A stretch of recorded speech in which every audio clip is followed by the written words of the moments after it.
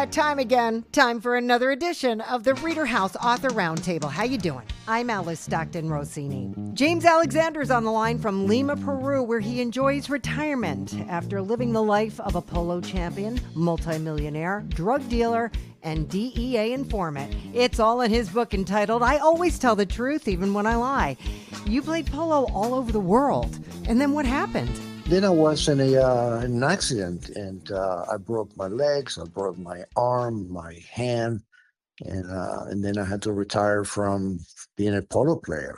You know, I was offered to be a trainer, but I don't want people to look behind and go, I mean, he can't play anymore. So I decided to go into a private sector. And, I did very well in the private sector. I made a couple of $1 million a year. And then the recession hit and I lost everything. What were you doing in the private sector? I had a company from Uruguay and we made handmade sweaters. And I sold them in Nordstrom's, Macy's, all the major department stores. And when the recession hit, I have hundreds of cancellations and, I went belly up. And then from there, I took a wrong turn, married to the wrong wife who supported me to be a drug dealer. I became a very, very large drug dealer, dealing with some political people in Peru. And then I went to jail for a very short time. I was facing like 25 years to life because back in those days, back in the 80s, they had something called a mandatory sentencing guideline. So for what I'd done, I was looking at 25 to life. And I got lucky. I became basically friends with the DEA guy who put me to work in several different cases. And I only did a year in prison and I was released. And then, I married my second wife and we bought a house in Texas, bought a house in California. And then we decided to move to Peru because her family lived here. She had a very large family in Peru. So you were dealing with politicians in Peru who supported the drug trade there. Right. Like in most countries in South America, Colombia, Peru, Bolivia. Yeah. That's just the way it goes. That's just how they roll. Right. Because then they bankroll their campaigns, right? Right, exactly. Mexico, yeah. I mean, all the politicians, they get the money.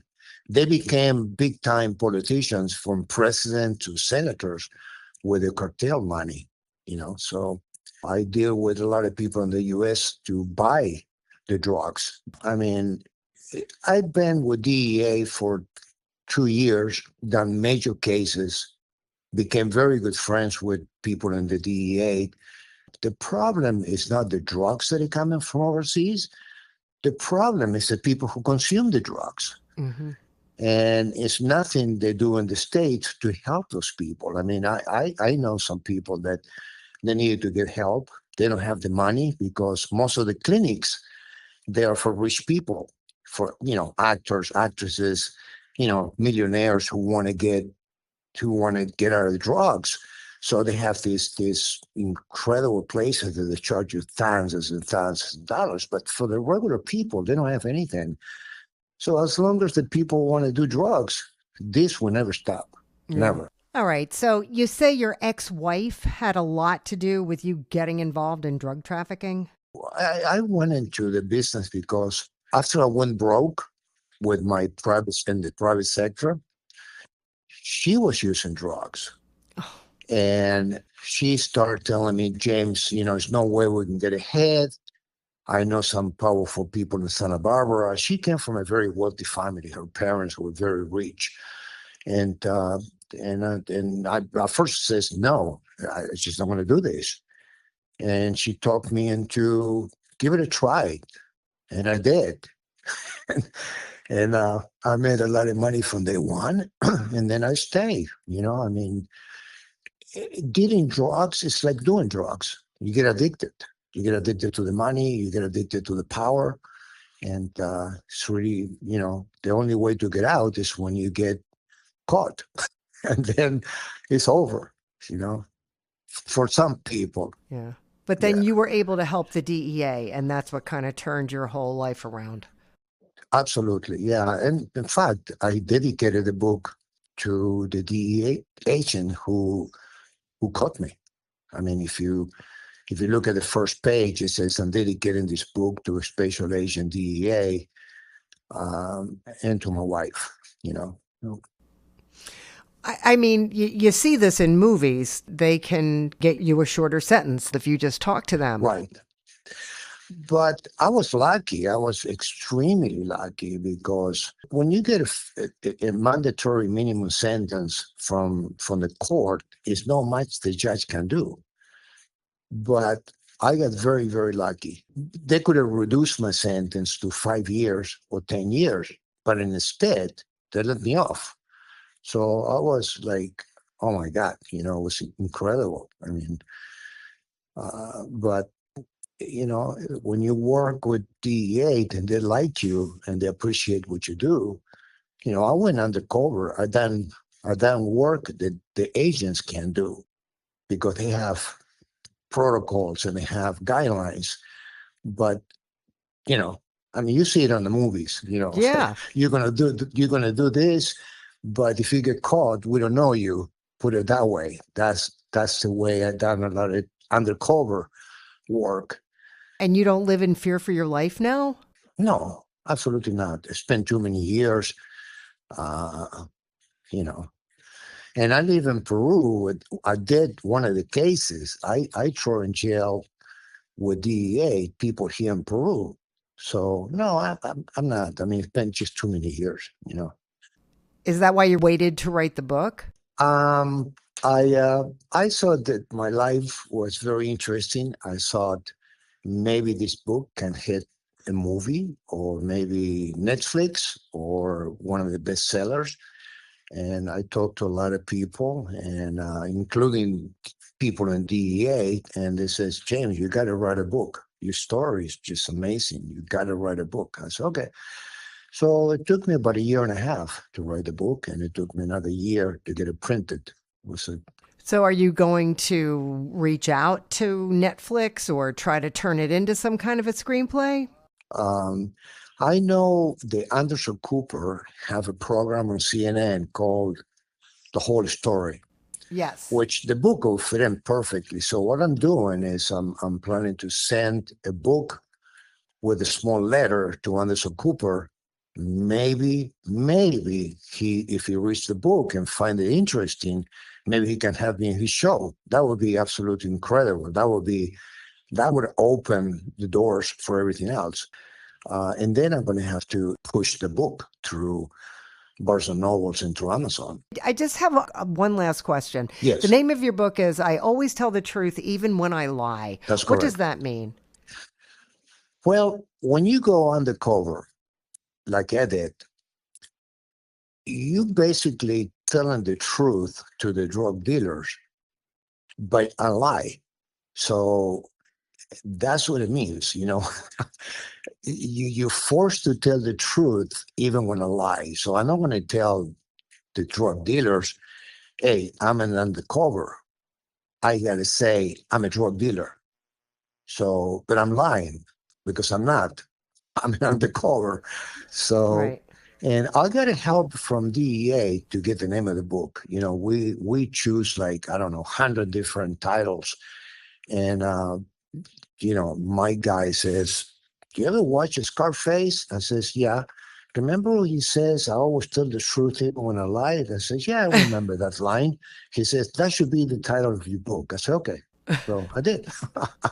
You are James Alexander. I always tell the truth even when I lie. That's Thank correct. you so much. Thank you, Liz. Thank you.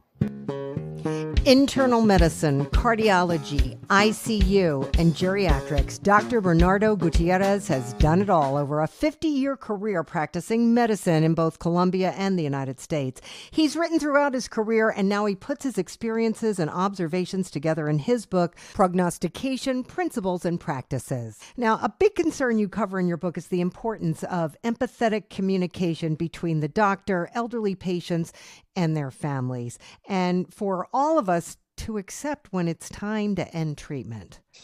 It's about the mental process that the physician has to follow with each patient that they see specifically at the end of life with the elder people, that now the population is growing older, so there is a lot of people is living the end of their lives. Right. So the purpose of the book is make their end of life easier, that don't get processed procedures that can produce pain and discomfort, knowing that they're going to work, they're not going to help. That's basically what the purpose of the book is. Okay. It's supposed to be applied to everybody, but they are on the end of their lives Right. and the reserves and everything else. So it's going to be more useful for that type of population. Right. People in the hospital, usually emergency rooms type of thing, when the life situation is critical. I mean, I can just speak in my own personal experience. When my dad was at the end of life, my sister kept wanting them to, take another x-ray, take another scan. And, there you go. And the doctors were like, he's 97, we're going to find something, Yes. why put Yep. him through that? And there's no need. Yes. So not only is it important to express what the situation is realistically, but taking into consideration the mental capacity of the person you're dealing with. Definitely. The book analyzes the evidence in reference to those end of life issues, and what's going to happen to you when you are older, that you are not going to have the same strength that when you were younger. So many therapies that promoted today, they are not going to help you. And even that is going to produce pain, discomfort, instead of using the time in staying with the family, trying to avoid the pain, and enjoying whatever is left from their life. Yeah. Instead of being hooked up to tubes and ventilators and pacemakers and all of that type of stuff. And the physiology of why those things happened. Also, the other part of it is people that could read it might understand why everybody talks about living to 150 years, 170 years. With the evidence we have now and the advances, that's not possible. It is impossible. So that's another part of it also, for people to understand the limits of medicine. And so it has a lot of small things in reference to medical care that are significant. Right. That I think if this could have ever been used or learned or whatever, we are going to be able to bring the medical care back to the internist or the doctor who is seeing the patient. One person analyzing what's needed for that a specific issue, and not a specialist that they don't look at the patient. They just look at the disease and the process, but don't count on the patient. And the patient is the one who is in there. So, and doesn't take care of it. I mean, they don't see the patient. They only see the disease. The older physicians, they were the ones who helped the people to die because they didn't have too many tools, so they learned to prognosticate the patient. I see. And that's what you have to do first, specifically on elder people. You have to prognosticate the patient. What is the patient's situation? What is the patient's function? What is the patient's age? What is the medical background? What diseases has they have? What the blood testing shows? Is he debilitated? I mean, how much is left from their life in terms of physiological strength? So that's going to tell you it is worth it to go ahead and do the surgery, or the patient is not going to tolerate the surgery. What specifically this medication I giving them, cholesterol pill, for example, people who is 89 or 90, what difference is going to make? If you know that you have to take the pill at least for 10 years, make a difference. Right. Statistically, that person is not going to live 10 years. Right. So what the heck? Not letting people eat, elder people eat whatever they want, it is not going to make a difference. They are not going to live long enough to get benefit from it, not in function, not in pleasure, not in strength, not in nothing. Right. Right. And the other thing is, what's gone is gone. I mean, you are not going to recover Yeah. it. And every day that you live, you are going to be weaker. So there is a lot of concepts that the book has that touches very different aspects of life. And the people should be aware of it, specifically people that work with patients. So they, instead of producing, increasing the lifespan, is just prolonging the process of dying. You got to really know when it's time to do what's best for the patient. Definitely. And even yes. as painful as that is, Yes, you know, is. and you wonder, what good is medicine doing? Like, they gave my dad a TAVR a year ago. Wow. He was 96 years old. Wow. They did the TAVR operation. And to this day, I'm like, did they do that for money? Why would you put a TAVR in a 96-year-old man? You got it. It did not prolong his life. Yes.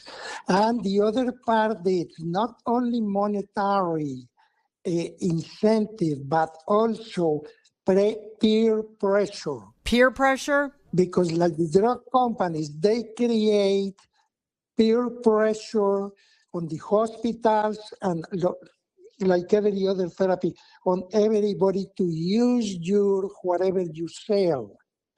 And if you don't do it, you are not a good doctor. Right.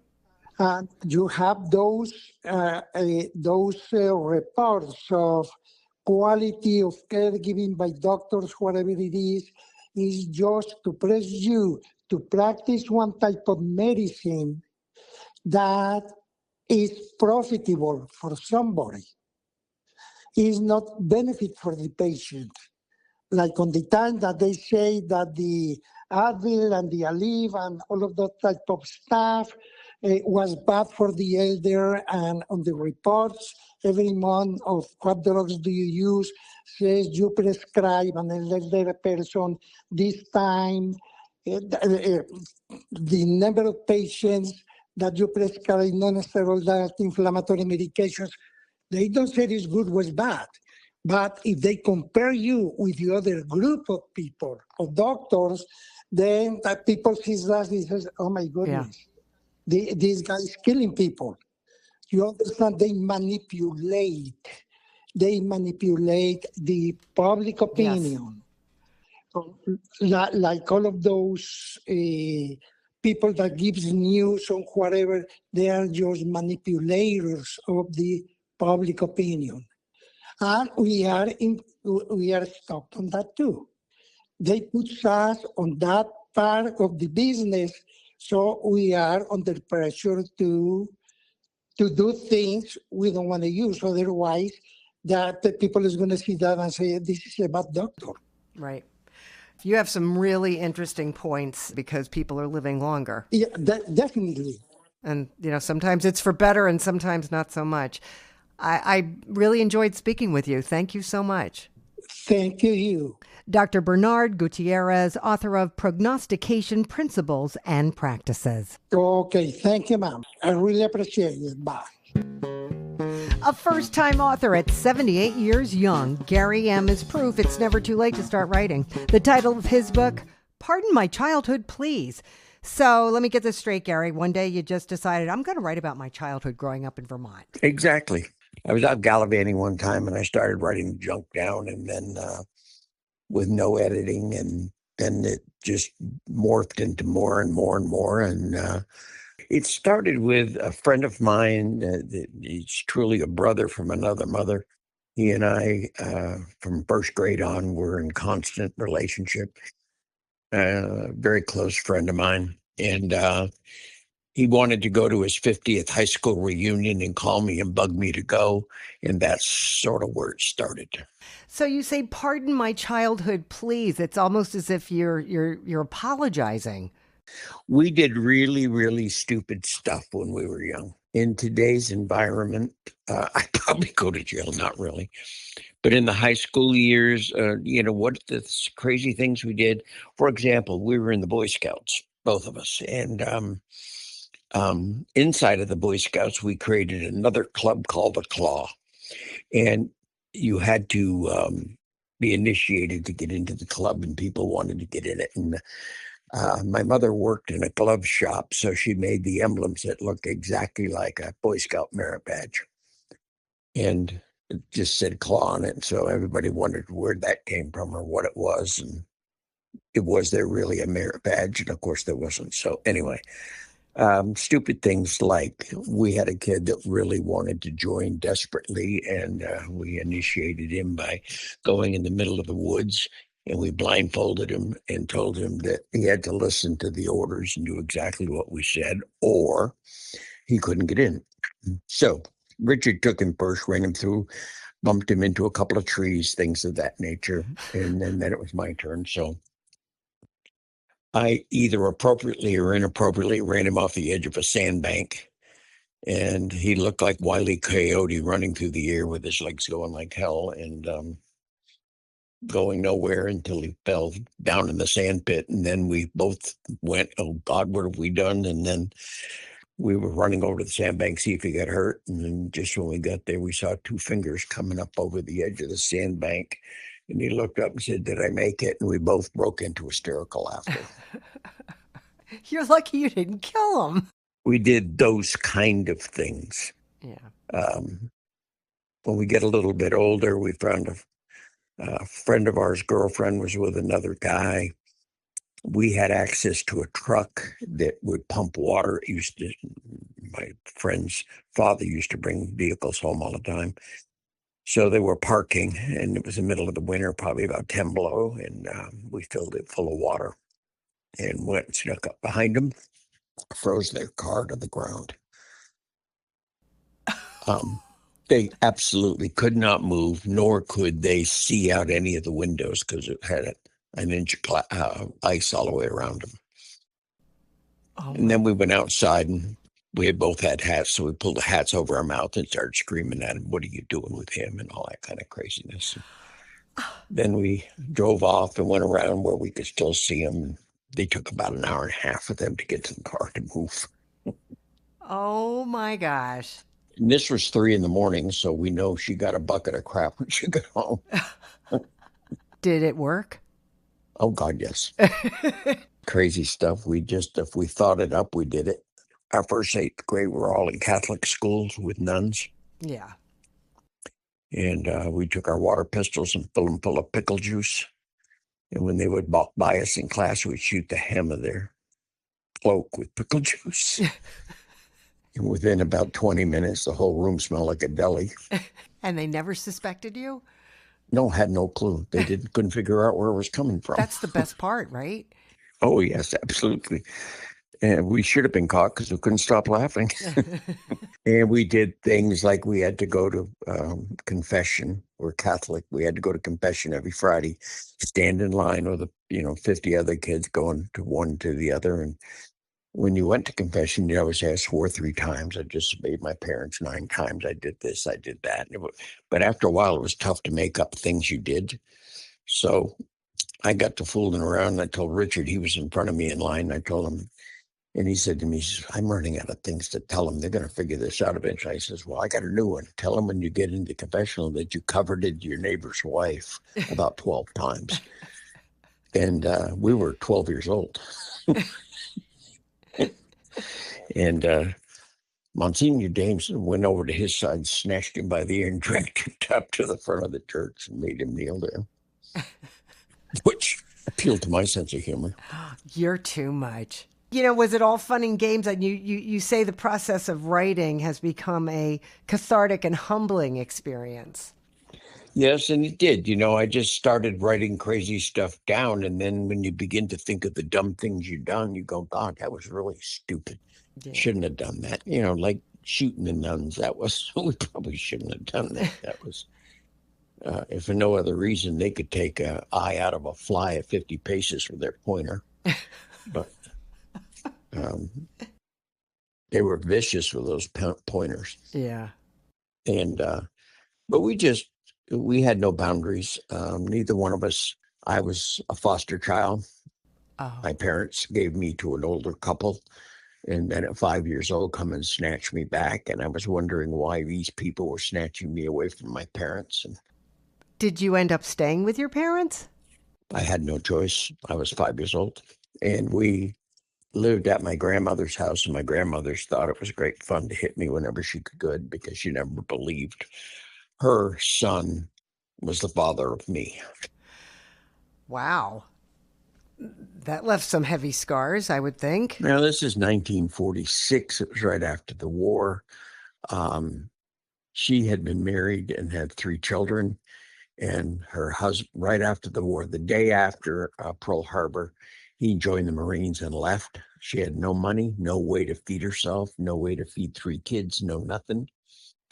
And she was born and raised in a log cabin that is now a museum in Grand Isle, Vermont, and is considered, if you look at Wikipedia, it's the oldest log cabin in the United States today. Wow.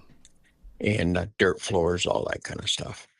Chimney fires 5 times a year. The only way you kill bed bugs was with kerosene. Oh, geez. On the mattresses, really ugly. And when he left, my uncle, who had polio, he worked in a diner. And my father, for various reasons, I don't know all of them, worked with him in the diner. And my mother would bring the 3 kids and her in, and they'd get fed twice a day and didn't have to pay for anything because the owner had no damn clue what was going on. Oh, and with that idea in mind, that's how my father and mother got together, because she kept going in there every day to feed the kids. Oh. And she had no money. My father had a few bucks, and they got together, and that came from it. So now we're moving on to the next book. Next book is The Teenage Years, and that gets really stupid. Okay, it gets really stupid, but it's not all stupid. It's not all fun and games. Your backstory is pretty interesting. It sounds like this is how you dealt with what was going on. Yeah, we had no rules. Yeah. When I was when I went to my parents' house at 5, nothing for me to stay. They'd all go to bed, and I'd go out and sit on the curb till 11, 12 o'clock at night. And then I'm wondering why all the other kids weren't out playing. And then if I snuck back in the house, I had a grandfather who was not legally my grandfather. My grandmother ran a boarding house type thing. And he would hide me. So if they caught me coming in, that he would cover me. But the worst of that was he couldn't speak. He worked in the wood mills, and he had 2 horses. And one kicked him in the head, and he couldn't speak. The only thing he could say was by Christ. That's all he could say. And everything else was inflection. Wow. To get your attention. But boy, he covered my rear end. Anytime I got in trouble, he figured out a way to hide me. It's a true story. All right. You are Gary M., author of Pardon My Childhood, Please. Right. Thanks so much for talking to me. The second book is What the Hell Happened. Okay. I'm looking forward to that. Have a nice one. Thank you so much for calling. A wife, mother of 3, and doctor of pharmacy working overnights, Dr. June has been writing short stories and poetry since she was in middle school. Now she's published her first book with Fulton. It's entitled The Bet. So Enid Blyton, the poet, was your inspiration. Why? Her work was not known until posthumously, it was after she died. Okay. Then for some reason, her name kept coming to my mind. I'm like, I don't want to be like her, be gone. And then someone is now thinking, oh, what would Eva have wanted her book to be like, or this to be like this? I'm like, you know what? Let me just Google and find a publisher. because I had these books. I wrote my books in Ghana before I even came into this country. Then, of course, pharmacy school, kids, marriage, all that. So I just put it on the side. So I was like, I do want to publish. And I just went online, went and found my self-publishers. First, I said I wanted to self-publish, but I know myself. I'm like, you know what? That's never going to work for me. So I need someone to guide me. That's it.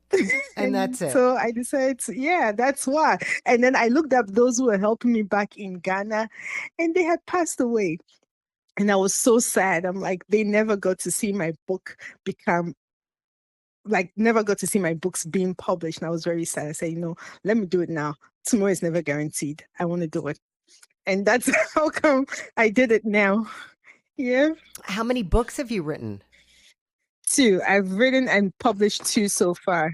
The Bet, which is the one that was published by Fulton. And then I have Men Don't Cry Boys too. This was the same year that your brother died. Yeah, he died in 2003. And I wrote Men Don't Cry in 2003, The Bet in 2004. I just never published any of them. I had them on my flash drive, and that was it. What was the inspiration for The Bet? The Bet, I was in college for a short while in Ghana. I guess it was just college life and how people were acting and stuff. That's it. I just wanted to be in people's shoes to see how I'd see the boys gather around, always saying, "Oh, I can get this one," that kind of stuff. So it sounded like something fun to write, just based off of college life back home in Ghana. Tell me what you came up with. There's this girl, she enters school, she's naive, she's a virgin and all that. But she's very, very beautiful. And she kind of likes to flirt around a whole lot, but she doesn't, just harmless flirts. So these guys sit somewhere and decide to place a bet on her to see who's going to get into her pants first. Unknowingly, there's this guy who really, really likes her.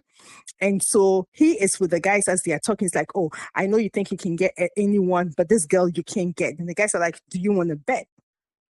And then they just let the question hang. And then the 2 guys take it upon themselves. Each tries to see who's going to get her. So the entire book is about, her relationship with the 2 guys and who actually sets the bet in motion, who she ends up with, and all the highs and lows and all that goes with it. So at the end, we find out whether she falters. Exactly. That one you'd have to read to find out. I can't tell you that. How are you telling people about your book? How am I telling people? Usually I just, it's on my status on Facebook, my friends, I send messages to them and stuff. I have so many thoughts on things I could do. It's the time, because I have a few social media handles I could use. My middle daughter has agreed to help me in that aspect, because the truth is that I can go and post stuff on Facebook, Instagram, TikTok, and I'm also working on another book. And I'm also putting my poems together because remember I said that I write, I've been writing poetry too for a bit. So I'm putting my poems together because I'm trying to have those published middle of the year. So I actually reached out to someone to help me create a website. So those are the things I'm looking at to help. Well, it was great to meet you. Dr. June, author of The Bet. Thank you so much for talking to me. No problem. Charles Garner has been with Page Publishing for 6 years, but this writing journey began 20 years ago with the help of his 2 older daughters, and then continued when 2 more daughters came along. Together, they have written 14 books. 5 have been published, including the book we're talking about today, entitled Superheroes, a Screenplay. Now, the author of all of these books is Miss Garner. Yes, it's my 4 daughters. They own the rights, and they've helped me write these books. They're my inspiration and my helpers, and they're all Miss Garner. Are they all the same? Like, do they follow the same theme, or are they all different? No, they're all different. There's different personalities and different genres because there's so much collaboration. So if Life Gives You Lemons is a self-help book, that's more, my older daughter had more involvement in that, and then Superheroes is a funny screenplay. My younger daughters had more involvement in that, and that's one you called about superheroes. It's a fun screenplay. Well, tell me what it's about. It's about three boys in a small town that have very vivid imaginations, and they envision themselves as superheroes, and they do come across a sword, the Excalibur, which is literally in a tomb from the family that it had been passed down to, that they discovered in Little Town, Utah. And through the powers of this sword, they've either become superheroes or their imagination has just gone wild. It doesn't exactly tell you in the book. You have to read the book to find to the end to find out whether they're actual superheroes or they're imagining everything. What kinds of things are they imagining?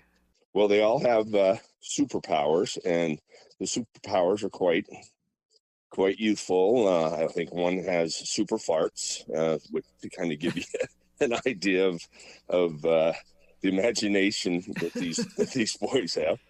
And they've picked superhero costumes, and a lot of them include their moms and their sisters and their imaginary clothes, whatever they could come up with to become superheroes. So their costumes are quite wild, and so they have quite the imagination, and you get to go through this tour with them and all their endeavors, and you kind of keeps you guessing whether it's real or not. But in the end, I think you learn to trust the boys. What kinds of situations do they find themselves in?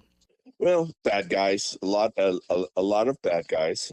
The whole screenplay takes place at a radio station where they've been asked to come on to a radio show to prove that they have superhero powers and to explain their superhero power. So the whole screenplay is narrated by one of the boys, and not only are you unsure as the audience if they really have superpowers, the radio station is skeptical that they have superpowers, and the radio station continues to make fun of them, but they love the banter, so the radio station keeps them on for a long period of time. So you get set with them through high school years into early college as they try and convince the radio station of their many excursions, and they face bad guys in New York, and of course they face bad guys in their hometown. That's kind of the setting that is a radio station in small town Utah that is skeptical of their story. But they let them keep talking. Yes, they love the show, they love the banter, they keep them on for a while. Eventually they're discharged from their duties as radio station personalities, but it's fun to listen to them on the radio. And it's fun to listen to their exploits. Exactly. So can you give me a little more detail on one of their exploits? They do stupid teenager things. One of them thinks he can fly. The others know they can't fly, but they seem to be very durable. Somehow they seem not to be mortally wounded in all of their many stupid attempts of being superheroes. So that keeps you guessing too, because they never seem to sustain any wounds. They go through the typical high school drama where they're not popular, they're made fun of, everybody thinks they're silly. One of the funnier scenes is their first attempt at drinking does not go well, and it was I believe it was after a football game, and of course they were up on a hill they call H Hill, which the town's hill has a big H on the hill, and the kids all went up there and they were drinking, and these guys decided they could fly. Well, that doesn't turn out so well. They jump off the hill and they live through it, but the whole school gets to watch them tumble down this really almost the size of a mountain hill because they can't fly, but they thought they could fly. Okay. So the police arrest them at the end and then let them go for attempting to. Just for being stupid. Yeah. So superheroes. Yeah, they do a lot of teenage silly stuff, and then of course they have the same a lot of the teenage problems that we had. We weren't popular enough. People didn't like us. People made fun of us. They have a lot of those problems as they go through because they're pretty strange characters. So what's next? I think the biggest following, and of course the biggest one where we can hope for some revenue, is this: if life gives you lemons, get off your ass and make lemonade, because it's a self-help calendar, and we think that that's where we need to invest our time, our effort, and our advertising, and let the other books do what they do. We haven't finished Vampire Girls Saga. It's an 11-book saga, and they're not quite finished. We're on book 7. Very creative. Yes, well, and a nice way to spend time with your daughters, right? Lots of young minds involved, and then of course an old mind involved. So yes, we're very creative. All right. You are Miss Garner, author of Superheroes, a Screenplay. Thanks for talking to me. Well, thank you for calling. Appreciate it. Alexandre Wright uses his sales, leadership, and marketing experience to educate the next generation through a social and emotional learning series. We're talking about the first book in that series, entitled Great Expectations, Goals, and Inspirations. Tell me about your inspiration. Inspired by the work that I did as a teacher for a few years, and then coming from parents that were teachers for many years, I invest a lot of time under a banner called Enrichment for the Youth, where I focus on doing work specific to driving digital literacy, financial literacy, social emotional learning, youth leadership for children. And that's particularly where the whole book inspiration came from, under that banner of work.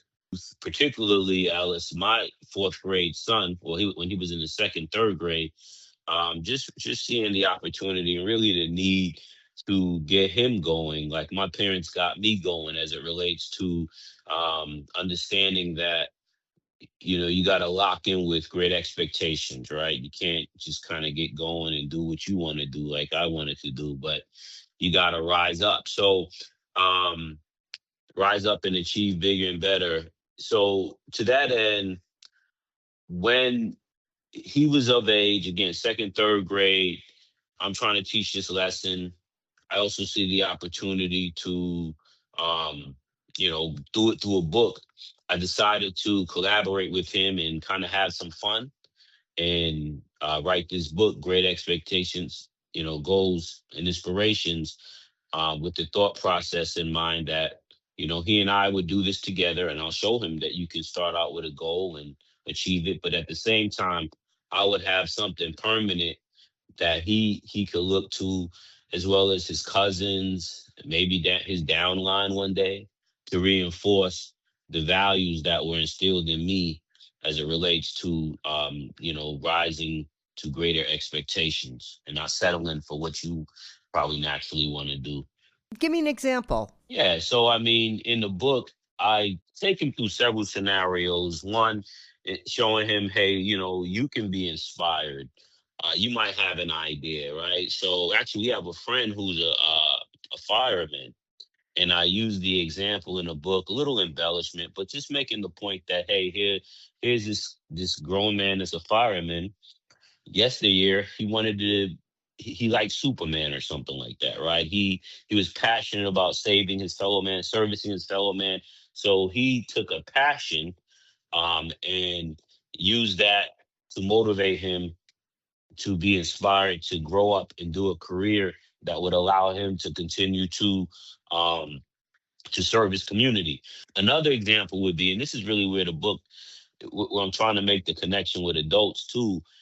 I'm reinforcing in the book that kids could have their own inspiration, right? They could have their own ambition, and they may get inspiration all by themselves, like that fireman, or like my sister who's a superintendent of schools today, right? There's an example in the book. But a lot more often, kids need adults to hold them to a higher standard, right? So whether that's the parents, the teachers, community stakeholders, I'll point out in the book as well, not really an example there, but, beyond the examples of a child being inspired intrinsically, something that motivates them, point out that really the kid needs somebody to raise them up, pull them up, like I gave you earlier, how my parents did for me, right? I probably would have just wanted to be mediocre, and my father said that's not going to happen around here, right? So this is what you got to do. You got to rise up. So kind of gave you a few examples there, but hopefully that gives you a gist of what's going on with the book, really written for an elementary kid. Are you able to go into schools and talk about this book? Yeah. It's funny you mentioned that. That's actually what I'd like to do more of. I already did that with my son. Right, I went to his school and read it. It was very inspiring. And Alice, I really, my next step is to turn it into a workshop. Right. Yeah. So where I go from just reading it to actually morphing it into a tool that guides me and a bunch of kids, any group that I'm in front of, into a vision board exercise, right? Where we could, throw out ideas, lofty ideas, but really help them to matrix an idea into a goal, accounting for adversity, trials, barriers, right? So that as those things come up along the way, they're not discouraged, but they steadfast through it and strive to achieve their goals and great expectations. How many books are in the series? This is the first book in the series. My intention is to do at least 3 books. So, right, and that could change, right? But definitely I did this one. I want to do one on initiative, right? And then I want to see what I'm inspired to do after that. Great idea, Alexandre. Thank you. Everything is really based on, again, driving values, trying to instill values into mine and, my siblings, their children, and then the greater community.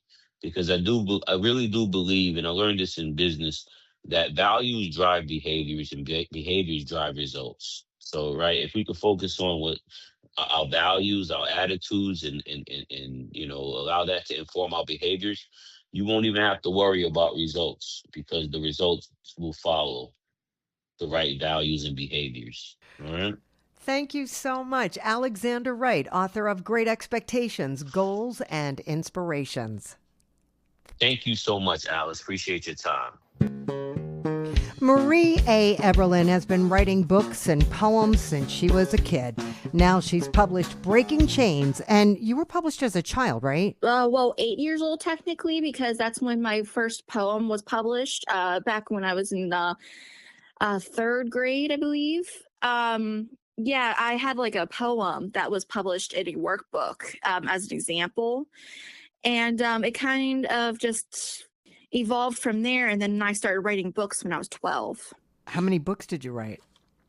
I've written a good up to 10 already, but a lot of them were scrapped, of course. I was a teenager, so they're cringy. But Breaking Chains took the cake, and that's why it's published today. How so? What do you mean it took the cake? It got a lot of positive feedback. A lot of people love reading it.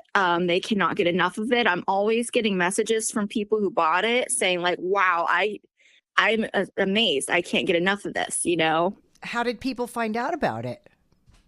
Online, mostly. I'm published through Page Publishing, right? But they use Ingram Spark, and Ingram Spark is a printing company that really gets your book out there. And like I'm being sold in like places in Asia even. I'm being sold in England, Canada, all over the world because of Ingram, actually. And also I'm on TikTok, and I market on social media a lot. What kinds of things do you do on TikTok?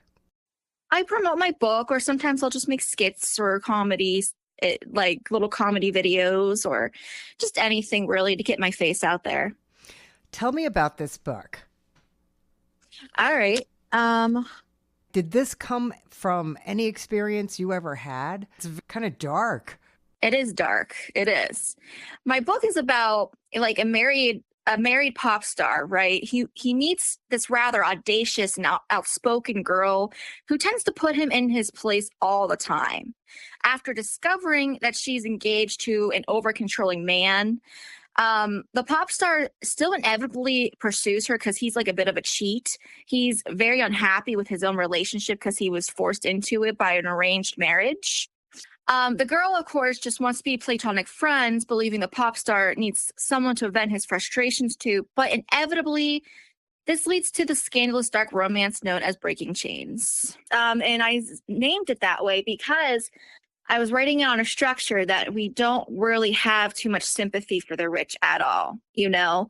And however, I'm always sitting there imagining how celebrities and public figures must feel being bound by chains of wealth. And nobody will ever shed an ounce of sympathy for them either, being wealthy and in luxury. But people never think that the moment they lose that all, the harder they land from a fall. Thus, I sat and created an unheard of perspective about somebody in common culture who do shed pity on the ones enslaved by business for a change. So what happens to these people? Well, in the beginning, we see my main character, Mia Wolf. She's out in Miami with her stockbroker fiance, they're supposed to be at some theme park for a vacation, but really he's there for business. And when they're down in Miami, she bumps into the pop star who's sitting at a lone diner in the middle of the countryside that they were at. And she notices him treating this waitstaff pretty poorly, and she stands up where the waitstaff calls him out on his stuff. And he's in disguise at the moment, so he's like, "Yo, what? You don't know who you're talking to?" And she totally lays into him to the point where he gets up and runs, and then they run into each other again at the theme park. And that's when she sees him singing on stage, and he seems very controlled, very he doesn't want to be there, and he's having to act on a scandalous concert with the presence of cheating on his wife with his ex-girlfriend at the moment, and she sees right through that. So Mia steps in, climbing through a roller coaster as a restricted area. She interrupts the entire concert doing that by getting chased by security until Jason has to come saves her before she gets fined. And her fiance was there for business once again, so she can't even tell him that this happened. And she and Jason finally exchange contact information after he saves her from the security. And they privately text message and call each other after she goes home to Pittsburgh and he goes to California. And then he has to have a, concert in Pittsburgh, and he wants to invite her. And she's like, well, I don't really know if that's a good idea because Will's not allowed to know about you, because if he knows about you, then he's going to know that I did wrong at the amusement park, and I'm the reason why the investors dropped him. Oh, geez. So that's the reason why they're sneaking around. So after then, Will actually goes on a business trip, of course. And that's the same week that the concert happens. And then Jason, he has these tricks up his sleeve where he just gets people to do what he wants. So instead of being like, "Hey, why don't you come by to my penthouse tonight?" he sends a driver to her way and say, "Hey, you coming or not?" They actually have a very platonic sleepover the first night at the hotel, yelling at each other. They don't really ever have a peaceful conversation. May I mention, they are always in a fight. For example, she doesn't understand that being a pop star is a company in itself. You're your own business. And she doesn't really understand what producing exactly is. And she gets him in trouble with his job making up a lie, saying that he was going to produce her music when he wasn't. And that gets them into trouble. What's the point of the book here? The point of the book is that Mia is like a counselor to Jason Boucher, the pop star. Okay. Because she is also a psychology student in college, may I mention. And he never really has anybody to really hear him out. Everybody always has their own opinion about him before they ever meet him. Okay. They always think, well, you're rich, you're wealthy, you don't have any problems when you do. Such as you're in an arranged marriage because your wife's father bankrupted your business so that you would marry her, kind of idea. Okay. And Mia likes to counsel people because that heals a portion of herself. Because she was very abused and very tormented as a kid. And she has a lot of mental health issues like myself. So do we wrap it up here? The ending is a huge twist that I will not reveal. Okay. But it's an ending that nobody would expect. And in a way, it is a cliffhanger. She's not in a real relationship with him, period. They're always trying to talk about how they like each other and stuff, but they're also afraid of saying I love you. They can only show their affection through hugging, kissing, sex, etc. But being in a relationship that can't happen because of him being married and her being engaged. Okay. They're in an extreme situationship that it continues into the next book, in fact. Okay. Well, it sounds like you're having some success just getting it out there. Yes, I've only been published for 5 months, and I'm starting to get noticed in the streets. I've noticed because just last night, while I was door dashing, this one guy comes up to me. He's like, "I think I know you," and I'm like, "What? Who are you?" He's like, "You're that girl who wrote that book," and I'm like, my book, Breaking Chains? He's like, "Yeah." I'm like, "Oh, Wow. oh my God, I just got recognized for my art." That is the first time. From your book? Yeah, from social media. I like I said, I've been marketing on social media a lot. That's the cheapest, most effective first way to market your book is social media, most definitely. Yeah. But at the same time, if you go to my website, breakingchainsbymarie.com, I actually have a whole overview of each character in my book so that you could read the summary of who they are, what their personality is like, and how they pertain to the book. All right. So the name of your next book is? It's going to be Breaking Chains Rebound. All right. Marie A. Eberlein, author of Breaking Chains. Thanks for talking to me. Of course. Have a great day. Luz M. Irizarry says she was compelled by God to write her book entitled Miracles I Experienced Since a Young Age. Tell me about this inspiration, Luz. I'm a Christian person. In your feelings, he could say it through your ears, and he confirmed it, and he gave me the title, and I write it. I can't explain. It's so great because this is my first book, and it's great. I have read it my own self, and I even like everything that I wrote in the book. This book is very special. I know the whole world want this book because this is role for caring for everyone. So I like writing. So I'm gonna keep on writing. So you said you can help others benefit. How do you help others benefit? Yes, because I have different titles. Every title of the book, especially for some, not for everybody. Some is for some people, maybe for some adults, for some young people. Different type of people. I would know everybody would benefit from it. When you say different titles, are you talking about different chapters in your book? Yeah, it's experiences that I went through since young age. And I'm still going through the experiences. So you say that you had visions and dreams and talents and gifts of spirit healings. Give me an example of an experience that you went through. For me, it wasn't in a vision. He spoke to me by dream. And he spoke to me in the ears and from people.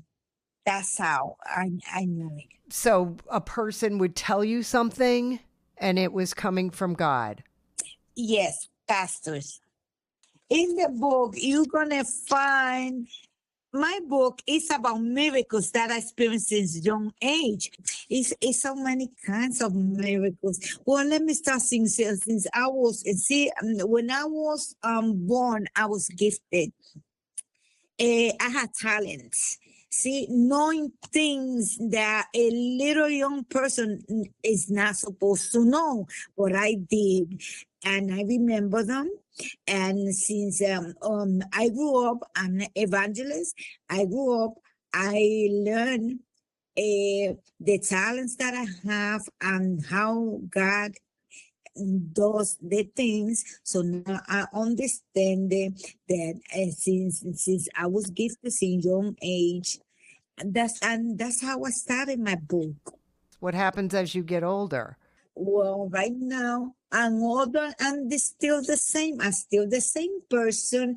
I am the same person. I don't change because everything that I do, if I write something, is thinking for the benefit of people out there. A lot of people they don't think about themselves that they could do a lot of things. I don't know, they need to read some books. When they read some books, they know when they read it, they know that they could do it also. So I want the people out there also that they could accomplish something, they don't say, oh, I got this and this, or I don't there, or I'm nobody, feeling all down, things like that. I don't want that to happen. I want to target for them to know that they are special, that God made them special, that they also got gifts and talents, but they got to use them. If they don't know their talents, they can ask God, and God will let them know What they should do, how they should move forward. exactly, and He will direct us step by step, like a little baby, step by step. Are you able to get out and talk about your book? Yes, when I got the opportunity. Are you going to keep writing? Yes. And I cannot tell you what I'm going to do. See, because whatever God puts on me for me to write is what I'm going to write. I cannot just pick a title. See, an evangelist, I got to go to his inspiration, what he wants me to write. Because when he gives me something and I write it, it's going to be for the benefit of somebody out there that is needed. So I know the person going to be touched, and God going to do something different in their life, and they're going to be blessed. See, I do songs also. I do songs, I could do books like regular books, but no, these books that I'm writing are very important because the inspiration comes from God. And when He gives something, it's because it's going to be something good. So I know this book, everybody, I think the whole world wants this book. I'm writing, and I'm going to stop. I'm going to keep writing. Okay. You are Luz M. Irizarry. Miracles I experienced since a young age. And I still experience a lot of miracles. I'm going to tell you the last one that I experienced. Not so long. See, I got a pacemaker. They're supposed to change it every 10 years, the battery. I went over there and they don't need to do anything. See? So there's a miracle. Yes, it is. All right.